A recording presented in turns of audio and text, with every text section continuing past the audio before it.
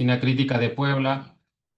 Y pues nada, para todos nosotros, en especial, pues, nos da mucho gusto tener hoy a Leonardo Seoane.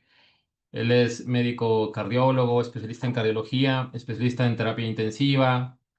Ahora se está especializando también en administración, un tema bastante importante. Es una persona que académicamente pues está generando muchísimos documentos actuales, especialmente con el tema de ECMO. Él es jefe de la área de recuperación cardiovascular en el Instituto Cardiovascular de Buenos Aires, que es un centro que pues es un referente en Latinoamérica, es parte de la ELSO. Entonces pues llevan un registro de pacientes con soporte, con este tipo de soporte cardiovascular bastante interesante, y pues son referentes sobre todo de cómo se trabaja en equipo el tema del paciente grave cardiovascular. Y pues nada, Leonardo, primero agradecerte, y pues volverte a ver es fantástico, y te dejamos con la presentación. Bueno, muchísimas gracias a todos. Buenas noches. Gracias, Carlos. Gracias, Liliana. La verdad que es un placer estar en este espacio con un tema tan importante como es el shock cardiogénico. Con nuestros hermanos mexicanos. Para nosotros es un placer y un honor. Así que, si les parece, voy compartiendo pantalla. Me pueden interrumpir cuando quieran. La idea es que la hagamos dinámica. Si quieren preguntar durante la exposición, por mí, adelante. Y si no, hacemos las preguntas al final, ¿sí? Creo que lo importante es poder discutir, intercambiar opiniones y bueno, y compartir nuestras experiencias, ¿sí? Así que bueno, un segundito que ahí voy compartiendo. Bueno, no sé si ahí se ve y se escucha bien. Sí, se ve y se escucha. Perfecto. Cuando ustedes me digan, arrancamos. Yo por mí estamos listos por acá. Listo. Si quieres ya comenzar, Leonardo. ¿Para qué? Perfecto. Bueno, un poco cuando hablamos de shock cardiogénico, uno tiene que empezar con la definición, ¿no? Cuando hablamos de shock, generalmente es un cuadro clínico, ¿no? Es un síndrome, como todos conocemos, que está caracterizado por una hipoperfusión, ¿sí? Y esto se debe a una incapacidad de justamente el corazón para mantener un volumen minuto adecuado para perfundir todos los órganos. La definición es clásica, es el paciente que está hipotenso y que tiene las características justamente de una falla cardíaca. Es decir, que si uno tuviera un Swan-Ganz, debería tener un índice cardíaco reducido y habitualmente con presiones de llenado elevadas. Es decir, la wedge más de 15 o 18 según los trials que uno lea. Y esto tiene que ver con las presiones de llenado aumentadas típico del shock cardiogénico, para diferenciarlo, por ejemplo, de un shock hipovolémico, porque un shock hipovolémico va a cumplir con todo, con bajo índice, altas resistencias, hipotensión, pero las presiones de llenado lógicamente van a estar reducidas.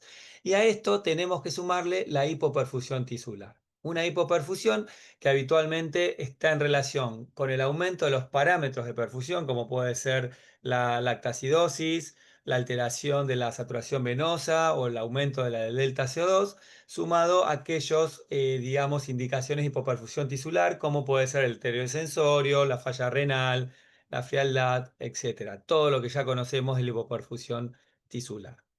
Si vamos a la fisiopatología, habitualmente arrancamos con el infarto agudo de miocardio, porque como vamos a hablar y como todos sabemos, es la principal causa de shock cardiogénico. Y si uno mira, habitualmente uno se quedaba con la falla sistólica, un paciente que tenía un infarto, tenía una caída del gasto cardíaco, esto llevaba a una hipotensión, una hipoperfusión coronaria, y esta isquemia generaba mayor disfunción cardíaca y terminaba con la muerte de nuestro paciente. Después vimos que a esto habitualmente se le agrega una falla diastólica que lleva a un edema agudo de pulmón. Eso suma una hipoxia y una isquemia agregada, contribuyendo en el daño progresivo.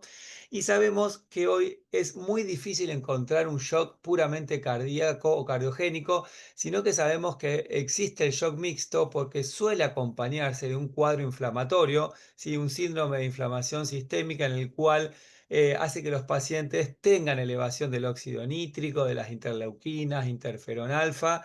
Todo esto lleva a una vasodilatación sistémica y eso mayor hipotensión con mayor hipoperfusión coronaria, más isquemia y contribuye también a la muerte de nuestro paciente. Es decir, que ya no tenemos que quedarnos con la falla sistólica en el paciente en shock cariogénico, sino que tenemos que darle una importancia a la falla diastólica y al cuadro inflamatorio sistémico que acompaña estos cuadros. Entonces, cuando el paciente va avanzando en su clasificación de SCAI, desde un estadio AB a un estadio C, D o E, que es el estadio terminal, como vamos a ver, vamos de una vasoconstricción periférica a una vasodilatación con un aumento de permeabilidad y mayor acidosis tisular.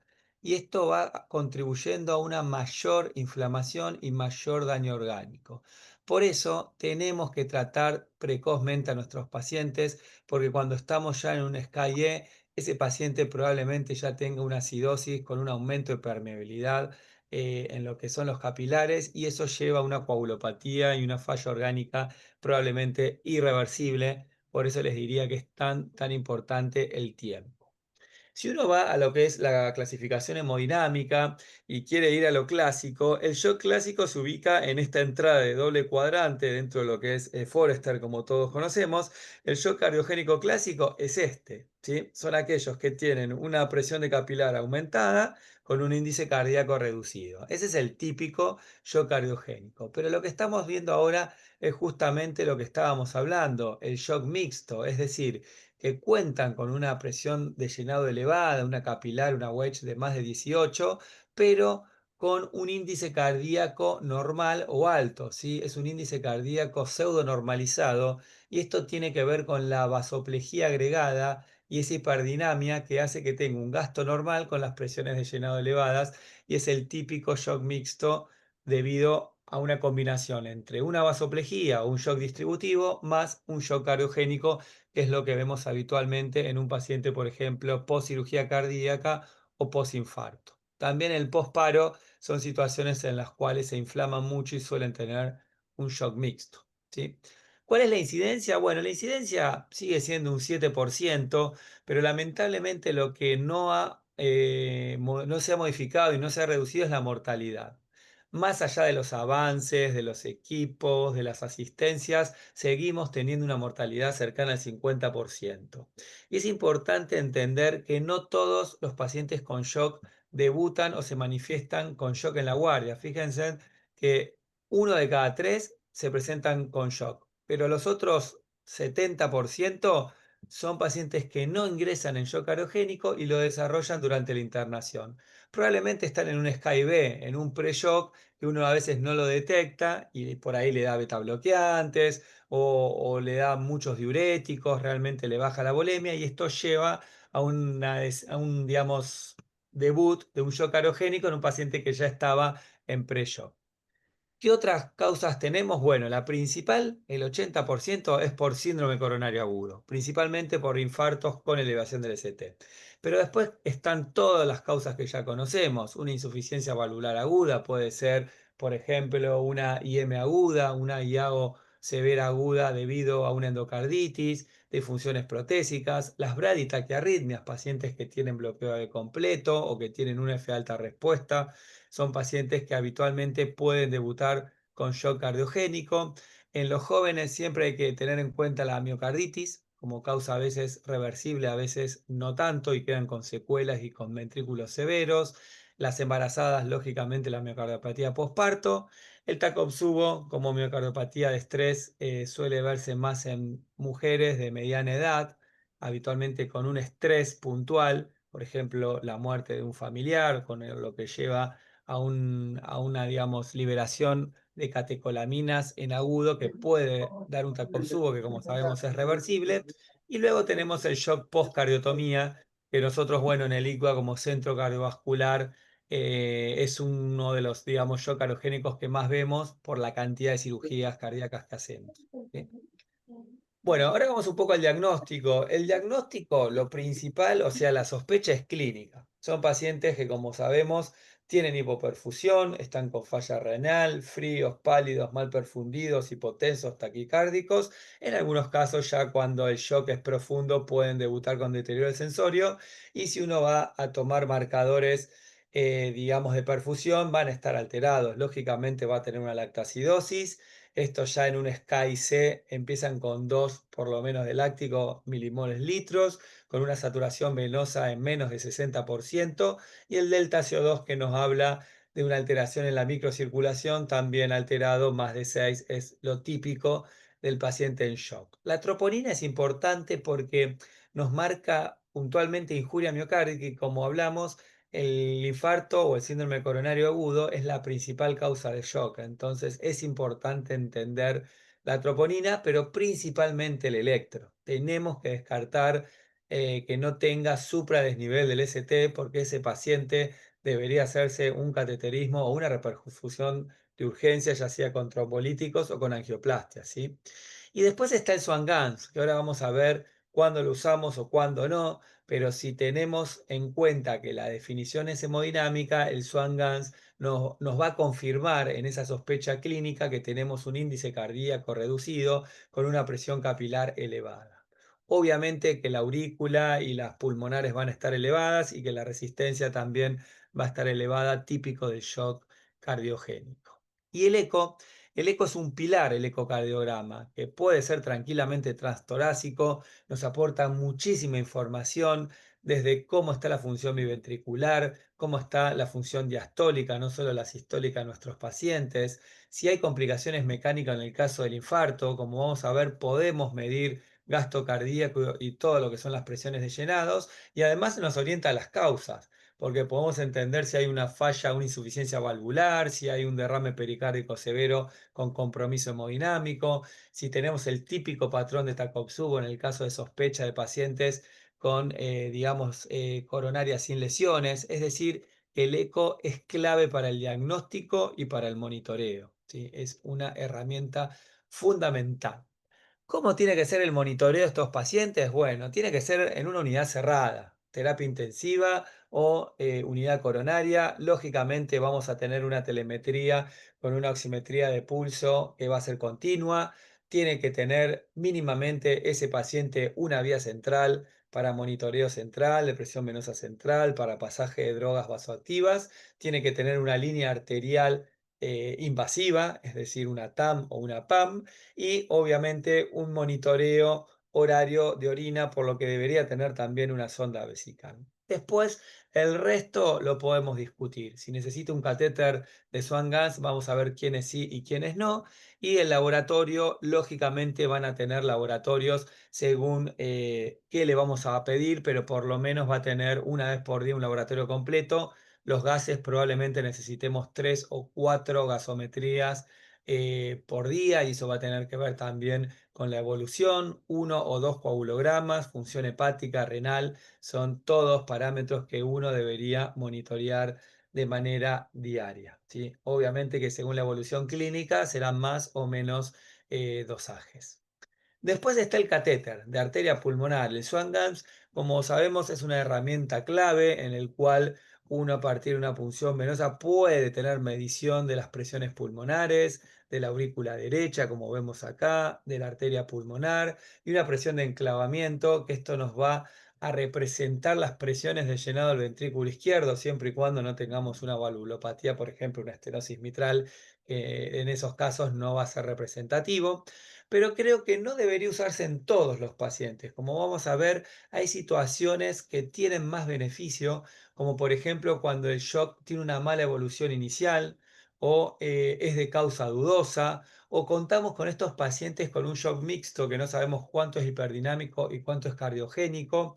Les diría que en los pacientes con falla ventricular derecha nos aporta mucha información, como presión diferencial, la presión desarrollada, el índice de pulsatilidad de arteria pulmonar. Son situaciones en las cuales probablemente el Swan-Ganz tenga mayor importancia o un mayor rol.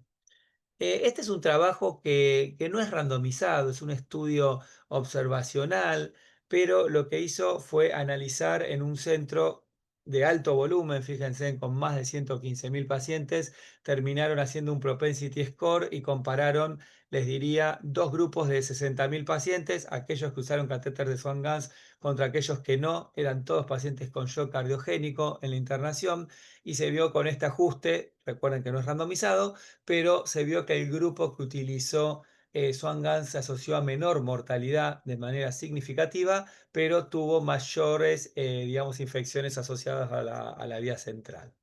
Y justamente esos pacientes que utilizaron el catéter de Swan-Ganz, además de tener menor mortalidad, se utilizaron mayores dispositivos de asistencia y tuvieron mayores trasplantes cardíacos. Probablemente esto tenga que ver también con que eran centros de mayor complejidad y tenían asistencia y trasplante, ¿no?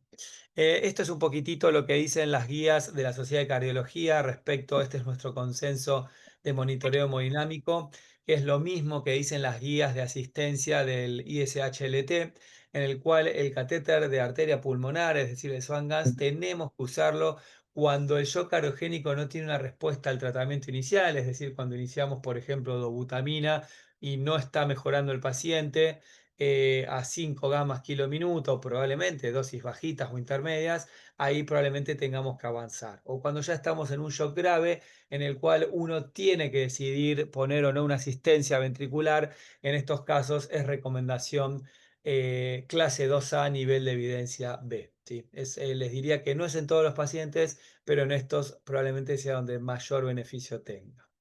Y cuando uno tiene un Swan-Ganz nos permite diferenciar los distintos patrones, es decir, si el bajo gasto tiene que ver con falla ventricular izquierda, en ese caso la presión pulmonar capilar de Weich va a estar elevada, o si es por falla ventricular derecha, en estos casos la capilar se encuentra normal, pero vamos a tener una desarrollada baja, es decir, la desarrollada es la arteria pulmonar, digamos, menos la aurícula derecha, esa presión, digamos, si es menor de 10, ese valor nos va a hablar de una falla probablemente ventricular derecha, y en el caso del taponamiento es otra causa, por ejemplo, de un bajo gasto cardíaco o de un síndrome de bajo volumen minuto. En este caso lo que vemos habitualmente es igualación de presiones entre la capilar pulmonar, las presiones pulmonares y la presión venosa central. Esto recuerden que no suele verse en el postcariotomía porque tienen el pericardio abierto y habitualmente no son derrames circunferenciales, sino son más bien,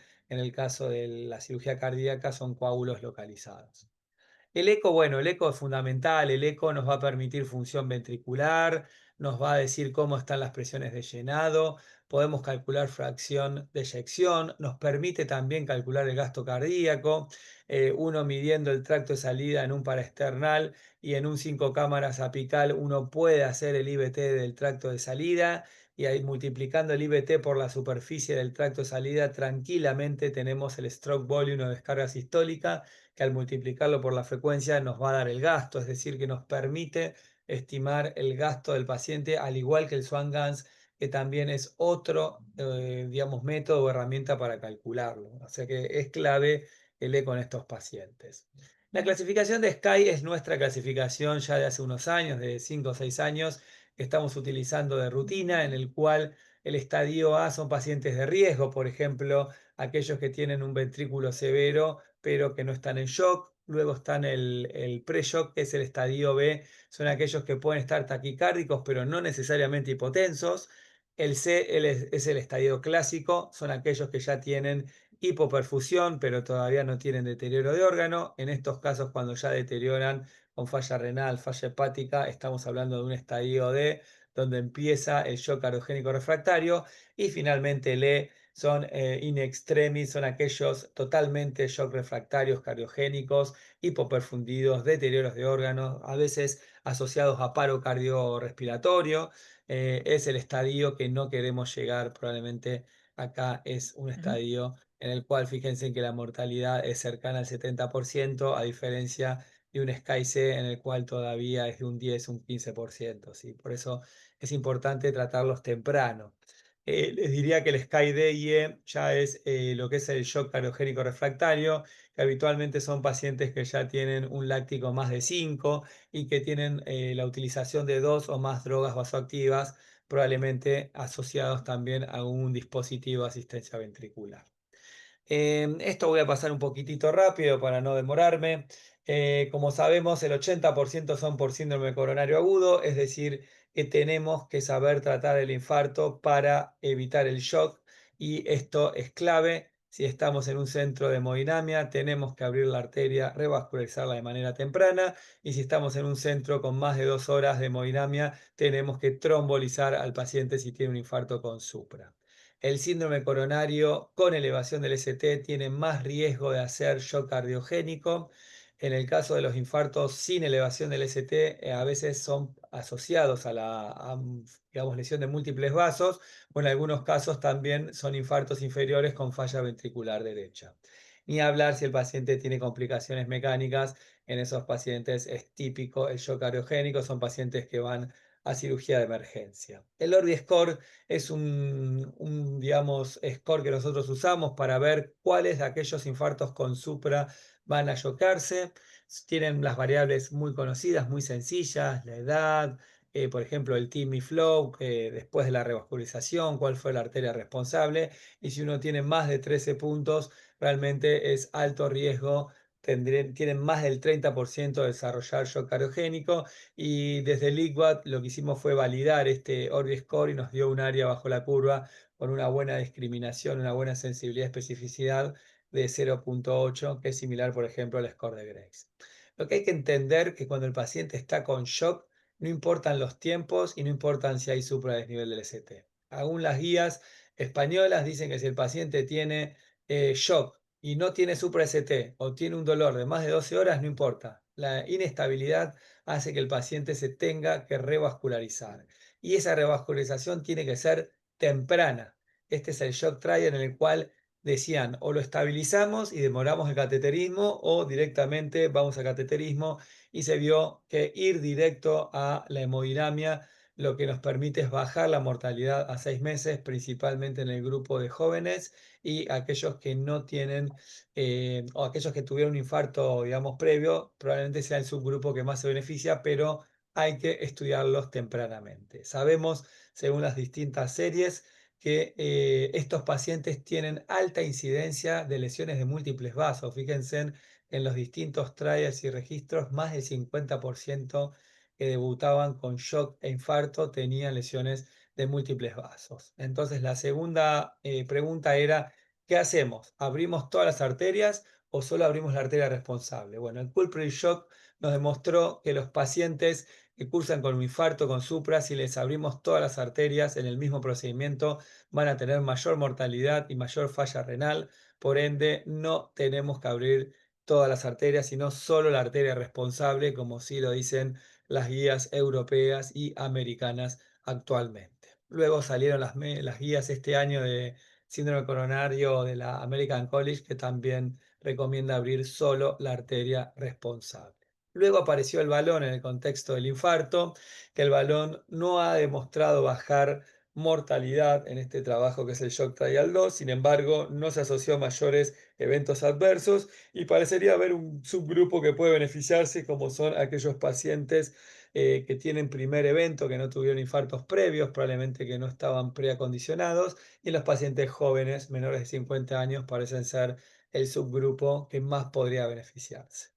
Si hablamos del postcariotomía, acá no me voy a meter, es una población especial, el shock post cirugía cardíaca. Simplemente quería resaltar que acá el Swan-Ganz realmente nos aporta mucha información y después tenemos el eco que nos va a permitir entender si el paciente está taponado, si tiene un TACOP-SUBO, si tiene una nueva causa de falla ventricular por mala protección.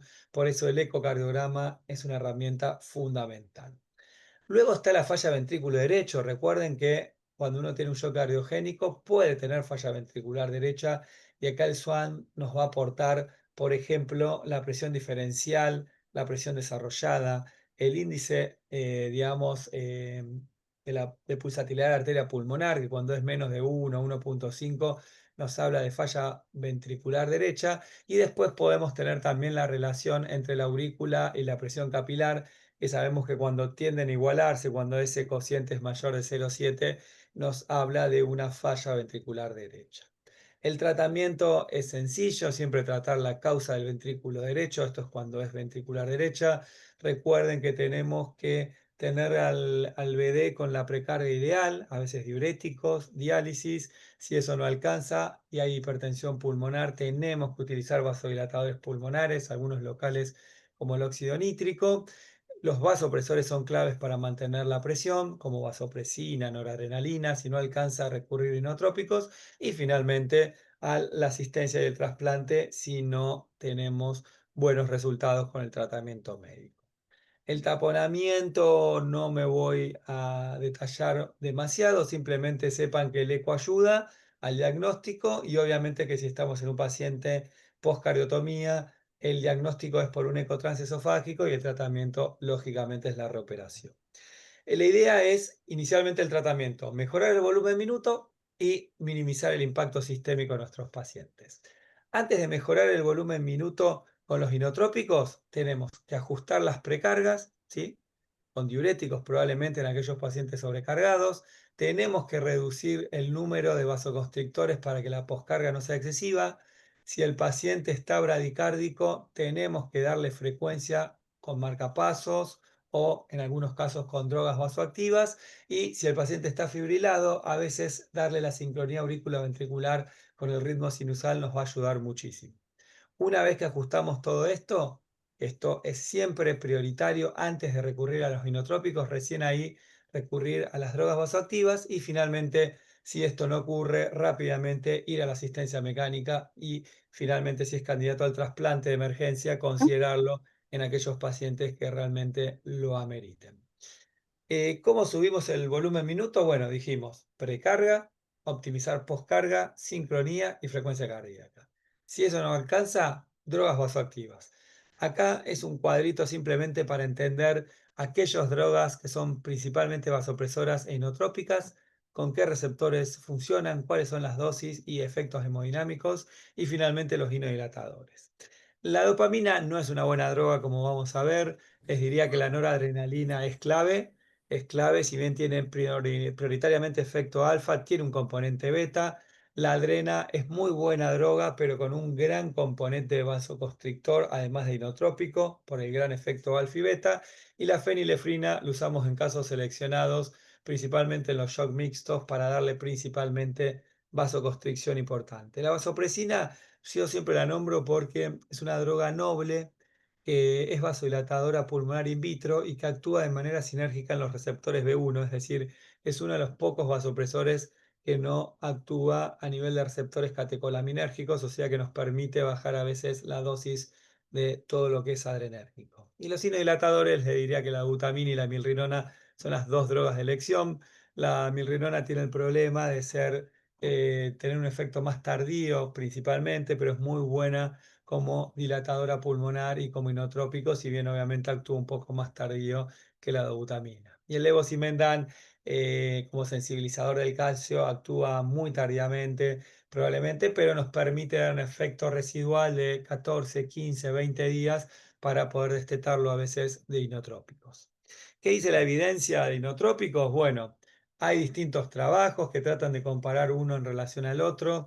Este es el Survive, que lo que demostró es que el levosimendan y la dobutamina prácticamente no tienen diferencias en términos de sobrevida en el shock cardiogénico, pero el levosimendan, digamos, baja más lo que es el BNP y también se asocia a menor incidencia de insuficiencia cardíaca, pero con más eventos adversos. Se asocia a más hipocalemia, más fibrilación auricular y más cefalea de manera significativa. Después tenemos este metaanálisis que comparó la dopamina contra la noradrenalina y acá quedó muy bien parada la noradrenalina porque vemos que la dopamina se asoció a mayor mortalidad a 28 días, mayores eventos arrítmicos y efectos gastrointestinales. Por ende, la nora parece tener mejor evidencia que la dopamina. Y después se trató de comparar en este otro, que eran todos shock postinfarto, la adrenalina versus la nora. Y se vio que la adrenalina es un randomizado muy chiquito de menos de 60 pacientes. La adrenalina se asoció a mayor shock refractario y probablemente porque... Sí, perdón, ahí se escuchó una voz. ¿Hay alguna pregunta?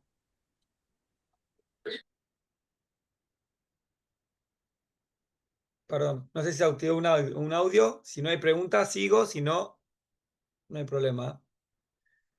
Lo que estaba contando en este trabajo es que probablemente esta diferencia tiene que ver con el aumento de la frecuencia cardíaca de la adrenalina en relación a la nora, lo que probablemente haga que haya una mayor, digamos, asociación o mayor consumo miocárdico de oxígeno en el caso de los pacientes que recibieron adrenalina, y eso probablemente se asocia a un mayor shock cardiogénico refractario. Y luego, recientemente, hace 4 años, en el DO-REMI, se trató de comparar la milrinona versus la dobutamina en pacientes con shock cariogénicos, y esto es lo importante, es que la milrinona se usó en pacientes isquémicos, que antes se creía que no era una buena droga para el infarto, y acá no hubo una diferencia significativa en términos de MACE, es decir, que tuvieron el mismo outcomes tanto el grupo milrinona como dobutamina en términos de ACV y eventos renales o cardiovasculares. O sea que parece que las drogas en sí, sacando la dopamina y que la adrena por ahí es un poco más asociada a shock cardiogénico refractario, el resto de las drogas son bastante similares,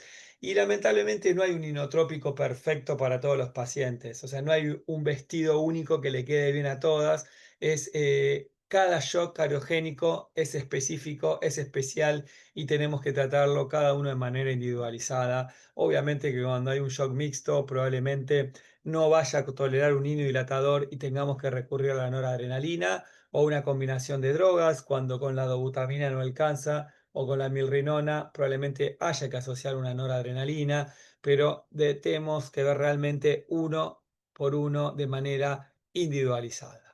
El balón no me voy a detallar, todos saben que el balón es una asistencia parcial, no aporta más de 500, 600 mililitros. Para el shock cardiogénico refractario uno lo puede indicar, principalmente cuando hay complicaciones mecánicas del infarto como puente a la cirugía. Obviamente cuando el paciente tiene disección aórtica o tiene una insuficiencia aórtica significativa no está indicado, y lo que hace el balón principalmente es mejorar la perfusión coronaria porque infla en diástole, y permite bajar la poscarga porque cuando se desinfla genera ese vacío en la aorta con una menor poscarga para el ventrículo izquierdo, y aumenta, les diría, cercano al medio litro lo que es el gasto cardíaco. Por eso hablamos de una asistencia parcial. Y uno habitualmente la puede sincronizar por electro, por presión. Habitualmente, si tenemos un buen registro de electro, habitualmente este es el registro en el cual se ve el latido baloneado, en el cual uno empieza a inflarlo en el inicio de diástole y termina donde empieza el QRS, que es en el inicio de la sístole.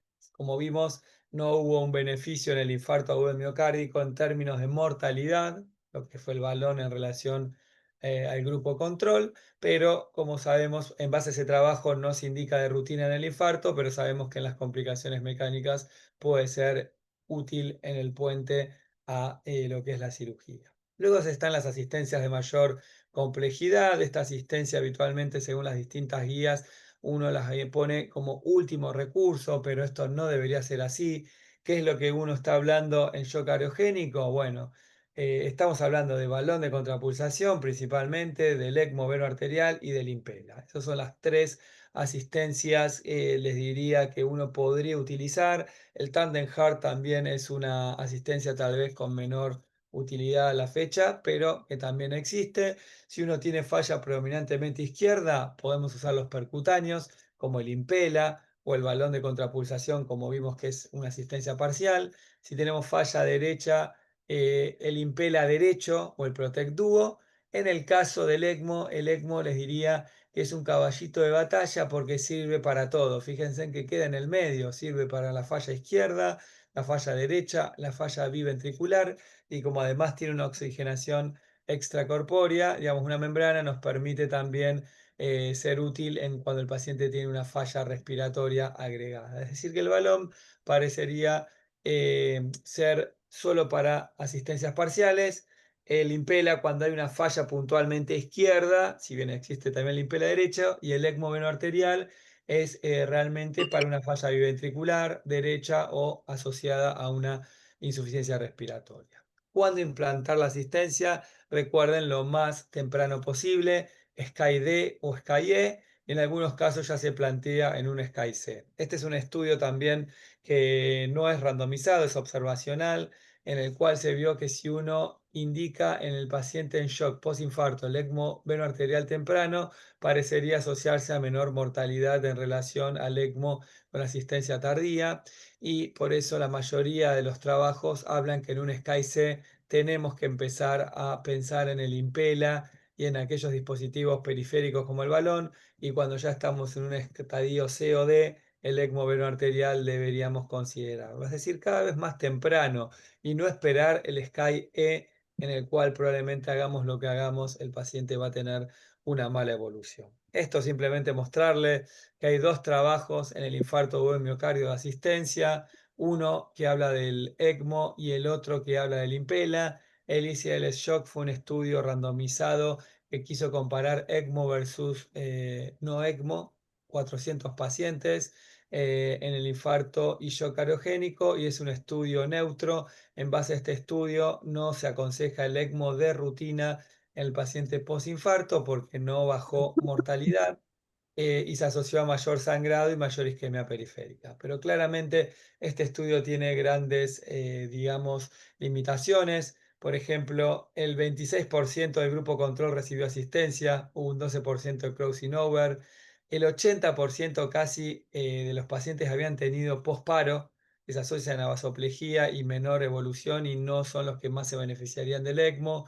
La mayoría se asistieron tardíamente, así que les diría que es un estudio en el cual uno tiene ciertas limitaciones. Y a diferencia de este estudio está el Danger Shock, que lo que hizo fue comparar en el mismo escenario de infarto y shock el Impela. Aquí casi 360 pacientes, 180 en cada rama, eran pacientes que se asistían bien temprano, que eran de manera temprana con una presión no estaba tan baja. Fíjense que la mediana sistólica era más de 80. Eran pacientes, la mayoría en SCAI-C, mucho más tempranos, y que tenían como arteria principal el tronco o la descendente anterior. Acá se vio que bajó mortalidad del Impela con mayor falla renal y mayor sangrado, y en este grupo de pacientes se beneficiaron los más hipotensos y los que tenían lesiones de más de un vaso. Acá simplemente para comparar estos dos estudios, creo que lo que uno se lleva, que si bien son dos dispositivos distintos, son también dos poblaciones distintas, porque el Impela que les dio fue a expensas de asistirlos más tempranos, prácticamente en la sala de hemodinamia, con menos picos de lactacidosis, excluían a los paros cardíacos comatosos, la mayoría eran por arterias, el compromiso de la arteria era descendente anterior, y no hubo prácticamente crossing over entre la rama control y la asistencia. Y todo lo contrario ocurrió en el estudio de ECMO, por eso me parece que acá más que el dispositivo lo que tenemos que replantearnos es la población. Entonces, ¿qué grupo deberíamos asistir? Bueno, sabemos que si uno se infarta, el 50% sobrevive sin asistencia.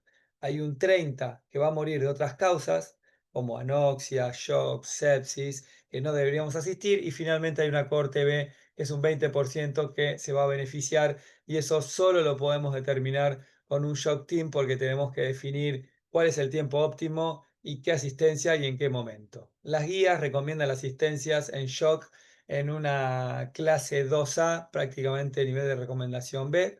En el caso de las guías digamos, del Heart and Lung Transplantation, son clase 1, evidencia B en el shock cardiogénico refractario. Y para ir terminando, me parece que lo más importante es que estos pacientes tienen que ser manejados con un equipo interdisciplinario, que es el Shock Team.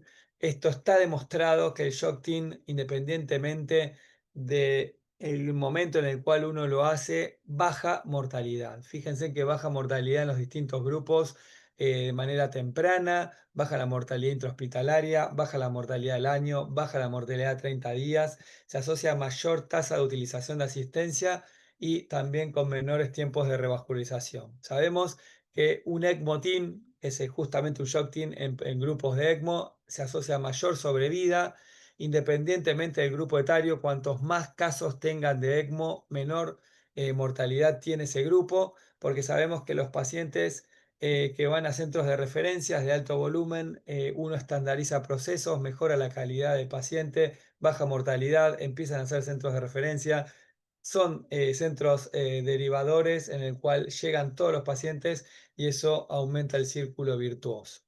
Para diseñar un programa de ECMO se necesita mínimamente 1 año y medio desde que iniciamos hasta que finalmente tenemos nuestros pacientes. Este grupo tiene que trabajar 24/7, es decir, que tenemos que estar en conexión lunes a lunes, tarde, mañana y noche. Y este grupo interdisciplinario, si bien el ECMO Team, uno ve al cirujano, ve a la gente de insuficiencia cardíaca, el grupo realmente es mucho más amplio, el que forma parte del ECMO Team. Nosotros empezamos con distintas normas, protocolos, finalmente terminamos haciendo ECMO en paro y ECMO traslado cuando ya éramos un grupo maduro en el cual teníamos buenos resultados a nivel local.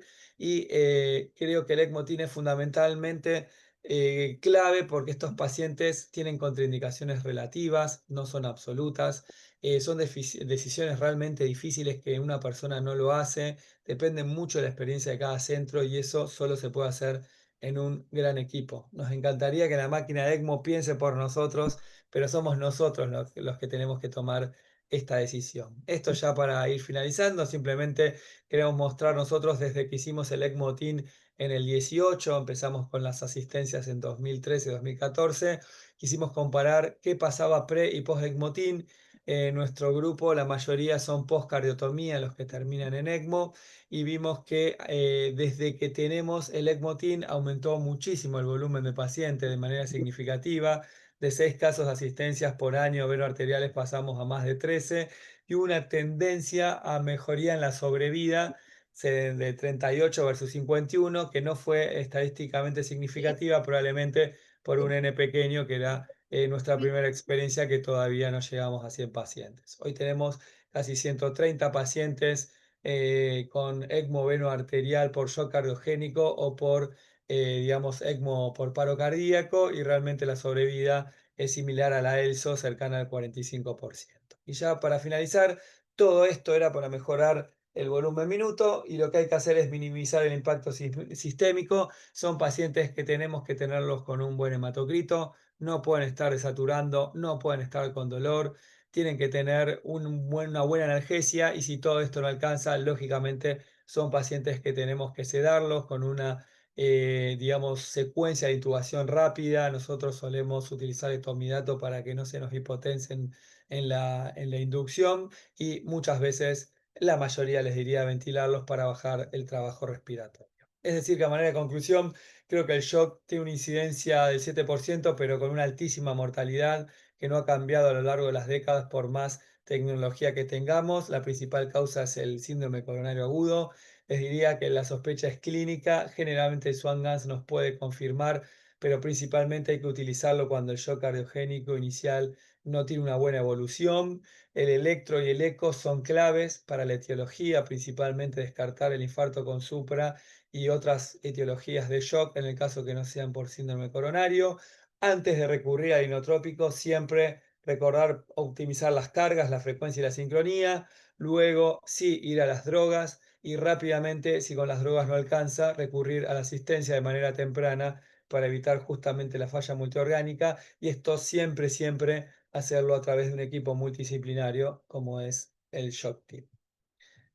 Bueno, muchísimas gracias. Disculpen si me pasé unos minutitos, era por ahí mucha información y quería comentarles un poquitito todo, pasar por varios temas. No sé si hay preguntas, si les parece, dejo de compartir. Gracias, Leo.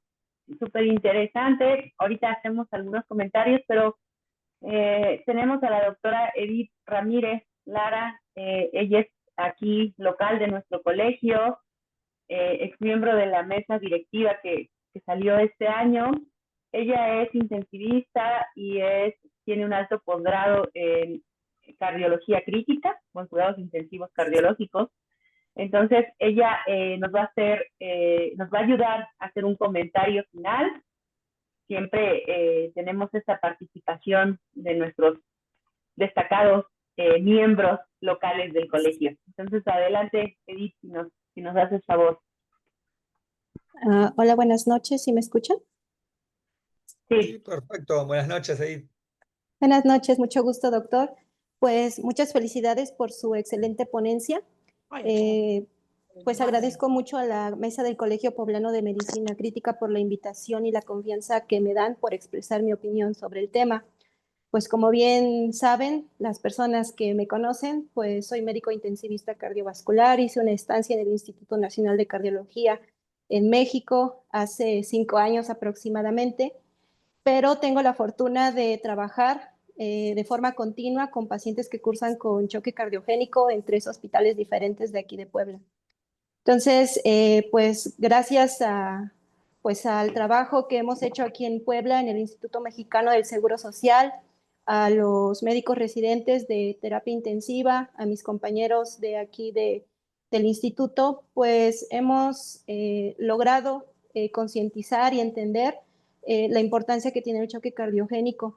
Y bueno, en nosotros existió la duda de cuál es la evolución, la supervivencia de los pacientes que pues atendemos aquí en el instituto, y gracias a, pues les comento a los residentes y a los profesores de aquí de Puebla, pues hemos iniciado una base de datos de pacientes cardiocríticos y quería compartir con ustedes algunos datos importantes. Me parece muy puntual hacer esta aportación, porque es un centro cardiológico pues muy conocido aquí en Puebla, y bueno, son bastante interesantes.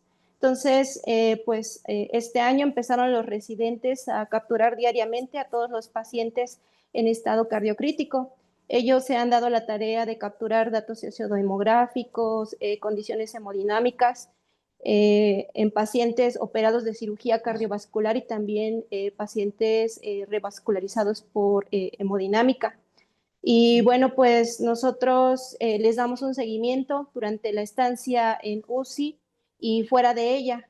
Y pues hasta el día de ayer ya teníamos capturados 232 pacientes, ¿no? En estado cardiocrítico. Quiero compartir con ustedes que, bueno, pues de esos 232 pacientes que nosotros tenemos registrados, 98 pacientes han cursado con choque cardiogénico, lo cual representa una prevalencia del 42% hasta lo que va del año, perdón, lo que coincide con los datos que pues usted presentó previamente. De esos, el 68% son de causa isquémica y el 32% pues asociados a cirugía cardiovascular. Nuestro fenotipo más común que vemos aquí en el instituto es el choque cardiogénico SCAI pues C&D, y nuestra estancia de los pacientes con choque cardiogénico en UCI en promedio es de 5.8 días, con un mínimo de 0 días hasta un máximo de 15 días, porque pues hay pacientes que pues ya llegan fallecidos. Entonces, esa más o menos es nuestra estancia en UCI. Y fuera de UCI, pues nuestro promedio es de 13.9 días, con una estancia de 0 días hasta 48 días. Y con respecto a la mortalidad, pues es importante mencionar que nosotros dentro de nuestra UCI tenemos 29.7% de mortalidad, pero fuera de la UCI la mortalidad se eleva hasta un 50%. Pues de nuestros datos indican que pues, el choque cardiogénico por sí mismo, el diagnóstico de choque, eleva 1.5 veces más el riesgo de que los pacientes fallezcan, con resultados, pues sí, estadísticamente significativos según los microanálisis que hemos realizado. Existen otros factores como el ser hombre, tener sobrepeso, la diabetes, la hipertensión, la enfermedad renal crónica, el tener un infarto previo, falla cardíaca con FEBI reducida, lo cual encontramos que también se asoció mucho a la complejidad del choque cardiogénico.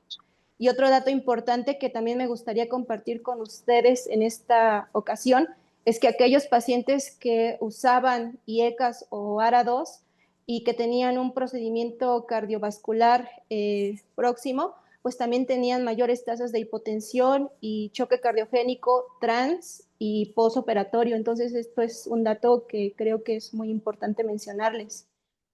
Con respecto a las cirugías cardíacas, la hipotensión, el sangrado mayor al habitual, tiempos de bomba prolongada, la presencia de trombocitopenia, hiperglucemia por estrés, lesión renal aguda, el uso de múltiples vasopresores, el que una cirugía fuera de emergencia, procedimientos combinados, resternotomía e infecciones, también pues tuvo impacto en nuestra mortalidad. Y con respecto a pacientes pues isquémicos, pacientes que se encontraban en extremos de la vida, fumadores sobre todo, que tuvieran un retraso en el tratamiento del choque y que no fueran trombolizados, fueron los que pues también se asociaron a mayor mortalidad en nuestra terapia. Si nosotros hacemos una sumatoria de todos estos factores, pues la probabilidad de morir encontramos que se elevaba hasta 12 veces más. Pues lo que acabo de mencionar, pues sí son datos duros para muchos de nosotros y es por eso que creo que estamos aquí, ¿no? Porque pues necesitamos buscar respuestas sobre lo que estamos haciendo bien y lo que nos falta por hacer. Y pues sin querer ser repetitiva con lo que acaba de mencionar el doctor Leonardo, pues quisiera reforzar pues algunos puntos. Primero, como médicos de cuidados intensivos, debemos insistir en promover acciones preventivas para evitar que los pacientes desarrollen enfermedades cardiovasculares complejas que los lleven a un choque cardiogénico. El segundo es estadificar el riesgo prequirúrgico.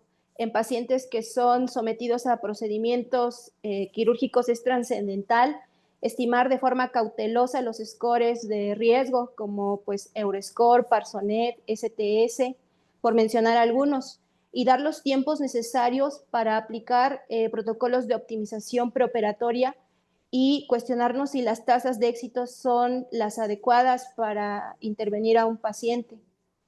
Otro punto es la identificación temprana del paciente con choque cardiogénico. Como bien lo mencionaba usted, el uso de escalas como pues aquí mencionar uno diferente al Orbi que usted mencionó, pues el CAR-SHOCK, Forrester también, y el IAP-SHOCK, o también utilizar mucho la escala de SCAI. Esto nos va a ayudar a tamizar adecuadamente a los pacientes candidatos a asistencias ventriculares o candidatos a trasplante cardíaco de forma oportuna. Otro punto importante es fomentar e incrementar el uso de intervenciones mínimamente invasivas, lo cual podría ayudar a disminuir el número de casos de choque cardiogénico. Realizar un buen monitoreo hemodinámico, siempre, como bien decía usted, iniciando con ecocardiograma, escalando a pues, sistemas más invasivos como el catéter de Swan-Ganz o EB1000, y diariamente estar haciendo el monitoreo con estos pacientes, ya que las decisiones que deberíamos tomar, idealmente también deberían estar guiadas y enfocadas a un objetivo terapéutico.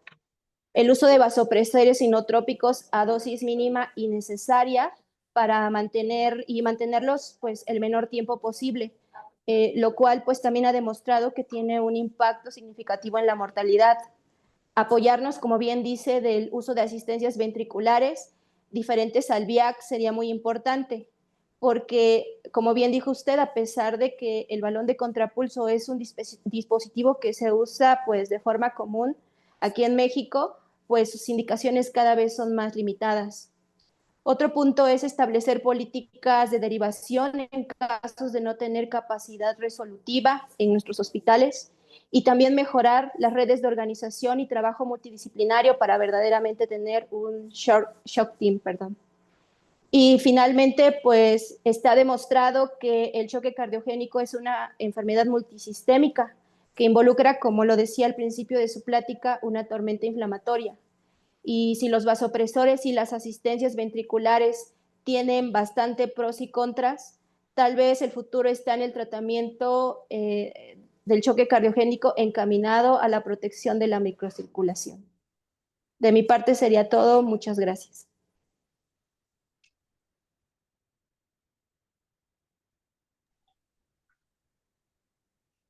Gracias, Edith, por los comentarios. ¿Tenemos algunas preguntas? A ver, aquí tenemos, ¿en qué momento empezamos a pensar en el CAP, que creo yo que es catéter de la arteria pulmonar, las primeras 6 horas? En aquellos con bajo volumen minuto, gasto bajo y FA refractaria y con qué antiarrítmicos les va mejor. La digoxina en escasos recursos puede ser una opción. Bien, No sé si dale, si se querés entiende. empieza. Ahí son 2, 3 preguntitas. Si querés vemos esas. Sí, Felicitaciones, Edith, gracias por la aclaración. La verdad que tener números propios también es buenísimo y tener la propia experiencia es clave. Nosotros también desde la sociedad hicimos el Argen Shock 2 y ahora se extendió al Latin Shock, por lo cual se aportaron esos datos para ver nuestra realidad en Latinoamérica y es clave tener nuestra propia casuística para conocer nuestros pacientes. ¿En qué momento empezamos a pensar en el catéter arteria pulmonar, el Swan-Ganz? Primeras 6 horas, a veces el shock no nos da tiempo a 6 horas. Nosotros a veces, cuando uno empieza con la dobutamina y vemos que no alcanza, empezamos a ver el láctico está en ascenso, diuréticos en ascenso. Nosotros no esperamos 6 horas, habitualmente es monitoreo hora a hora y les diría que si en una hora no está funcionando, en la segunda hora ya estamos poniendo el catéter a la arteria pulmonar, porque acá el tiempo es oro y pasar 2, 3 o 6 horas es muchísimo en un paciente de shock cariogénico que por ahí está en un C y en 6 horas lo tenemos en un E en un estadio irreversible. Así que eso es horario, hora a hora y a las 2 horas como mucho se toma la decisión. Respecto al bajo volumen minuto y FA refractario con qué antiarrítmicos, nosotros seguimos utilizando, les diría, nuestra droga noble que es la amiodarona. La miodarona es una buena droga porque nos permite tener inotrópicos, por ejemplo, pacientes con noradrenalina, que suelen prolongar la fibrilación auricular, aumentar la frecuencia cardíaca de la fibrilación auricular. La miodarona nos permite, por un lado, primero controlar frecuencia, y en algunos casos revierte y controlar el ritmo también.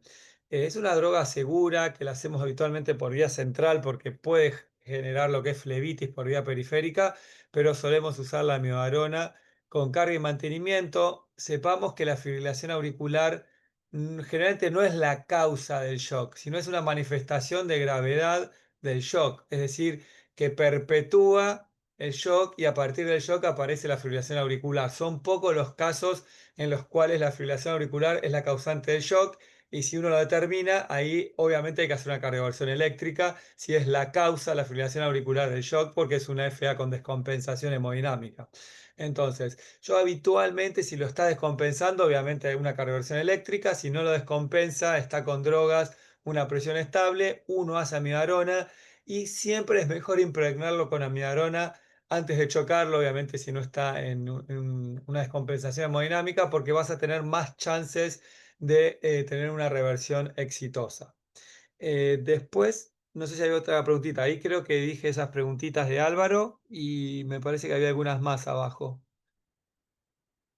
No sé si se entendió. hay otras dos preguntas.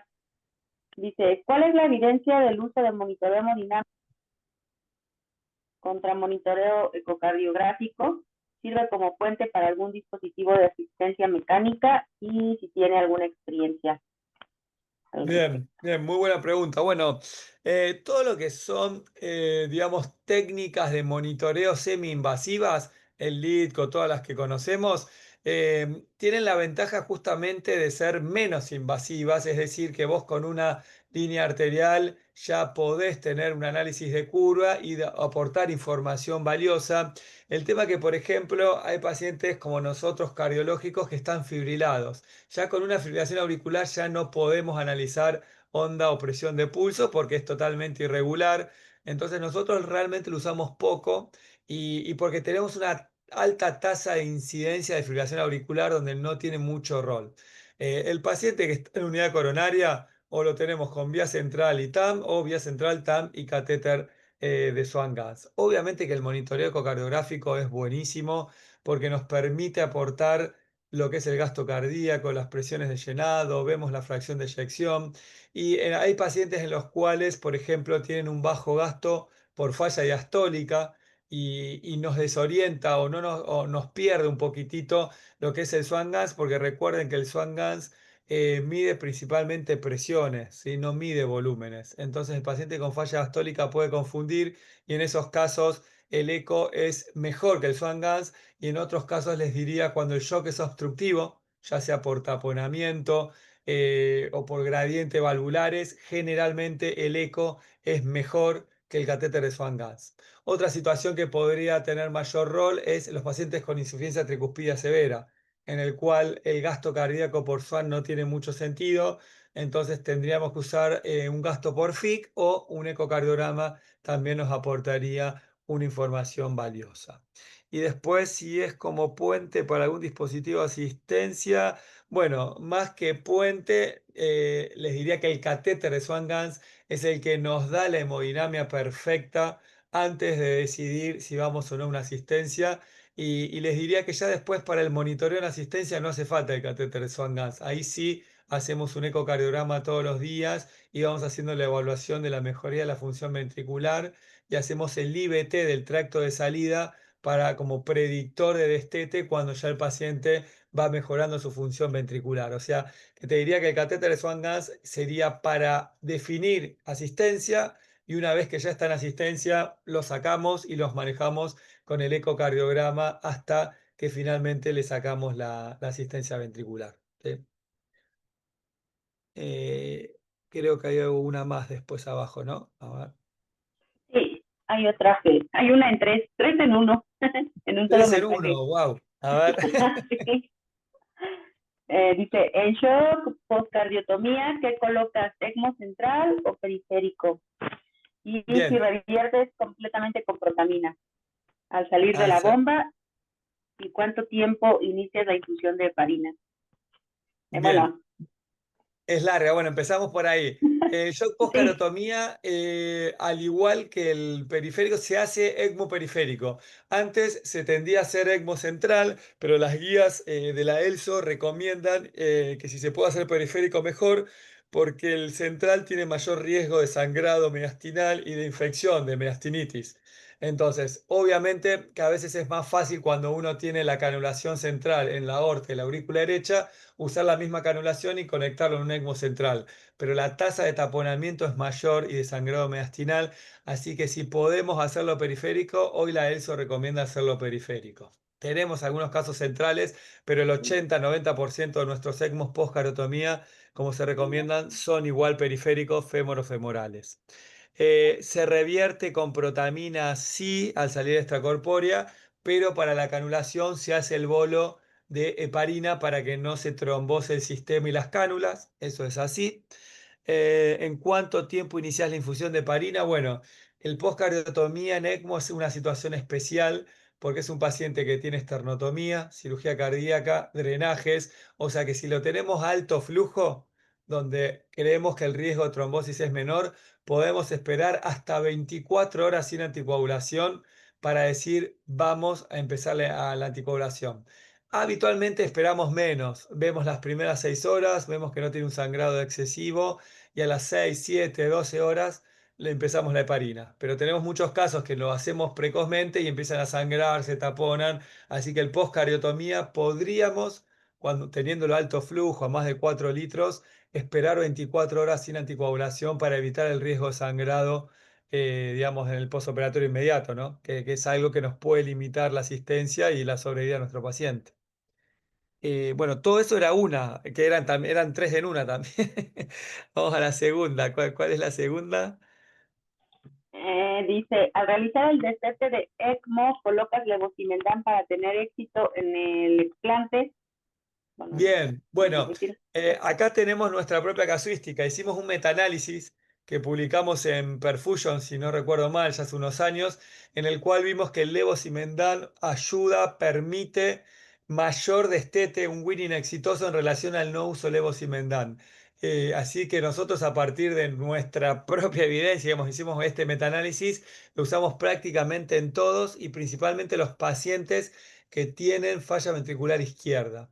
Si hay falla ventricular derecha, el beneficio del levosimendan tal vez es menor, pero recordemos que es importante entender que el levosimendan es sinodilatador y a veces cuando uno hace levosimendan podemos tener un poquitito más de arritmias, podemos tener una vasodilatación sistémica con un requerimiento de mayores vasopresores.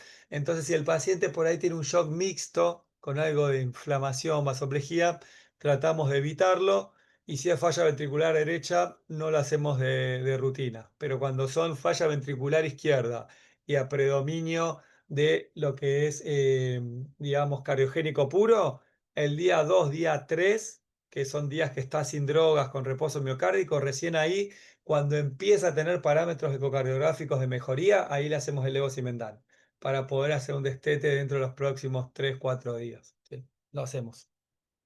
No, muchas gracias. Y por último, ¿qué modalidad de ventilación mecánica sería la más idónea en el shock cardíaco? Y estas Bueno, preguntas vienen de Perú, por cierto. de Perú, tenemos los amigos de Perú también, que estuve por Perú. Este año no fui, perdón, pero no me tocó ir. Mirá, muy buena pregunta también lo que es la ventilación. Lamentablemente esta pregunta no tiene una respuesta única. Lo que recomiendan las guías siempre es, yendo ya hasta les diría algo un poco más lejos, si es VNI, ventilación no invasiva versus ventilación mecánica. Y después, si ventilación mecánica controlado por presión o controlado por volumen, las guías recomiendan utilizar el modo de ventilación con el que nos sintamos más cómodos y el que tengamos mayor experiencia, porque no hay una evidencia clara de uno sobre otro, ¿sí? Lo que sí te puedo decir que si tiene un paciente con falla ventricular derecha, no usemos mucha PIP, porque la PIP nos va a generar un menor retorno venoso, una mayor compresión ventricular derecha, o sea que tendríamos que tener la menor cantidad de PIP cuando hay falla ventricular derecha. Y respecto al setting, sea controlado por presión o controlado por volumen, tenemos que usar volúmenes tidals que sean 5 o 6 mililitros kilos para evitar el BILI, es decir, el daño por ventilación mecánica. No hace falta tenerlos ni a 22 por minuto de frecuencia, ni a 8 mililitros kilo. Tratar de utilizar una ventilación semiprotectiva con no mucha PIP, sobre todo si hay falla ventricular derecha. Y en el caso de usar control por presión, tener las alarmas prendidas, porque a veces si la compliance está alterada, puede que hipoventile y ese paciente terminar con una retención de CO2, y sabemos que la acidosis empeora la falla ventricular derecha. O sea que si tenemos control por presión, tener las alarmas porque no nos asegura un volumen. Si lo tenemos controlado por volumen, un tidal de 5 o 6 mililitros kilos con una frecuencia óptima y no mucha PIP en el caso de tener falla ventricular derecha. Pero cualquiera de los dos se puede utilizar tranquilamente en el shock. Sí. Perfecto. Pues muchas gracias, Leonardo, por... Ya te dejamos sin voz. No, Pero yo. aparte, aparte por allá, pues son más, 3 horas más. Acá Entonces, son te las 11 y agradecemos. 12 de la noche. Estamos cerca del mediodía, de la medianoche ya. Así es. Entonces, te agradecemos muchísimo que nos hayas acompañado el día de hoy.